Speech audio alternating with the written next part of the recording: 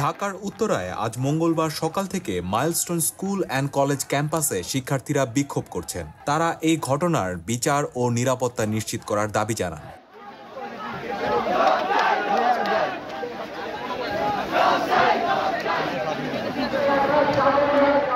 শিক্ষার্থীদের প্রধান দাবিগুলোর মধ্যে আছে দুর্ঘটনায় নিহতদের সঠিক নাম ও পরিচয় প্রকাশ করতে হবে, আহতদের নির্ভুল ও পূর্ণাঙ্গ তালিকা প্রকাশ করতে হবে, ঘটনাস্থলে শিক্ষকদের গায়ে হাত তোলার অভিযোগে নিঃশর্ত প্রকাশ্যে ক্ষমা চাইতে হবে, নিহত প্রত্যেক শিক্ষার্থীর পরিবারকে বিমান বাহিনীর পক্ষ থেকে ক্ষতিপূরণ দিতে হবে, বিমান বাহিনীর ব্যবহৃত পুরনো ও ঝুঁকিপূর্ণ বিমান বাতিল করে নতুন ও নিরাপদ প্লেন চালু করতে হবে, বিমান বাহিনীর প্রশিক্ষণ ব্যবস্থা ও প্রশিক্ষণ এলাকা মানবিক ও নিরাপদভাবে পুনর্বিন্যাস করতে হবে।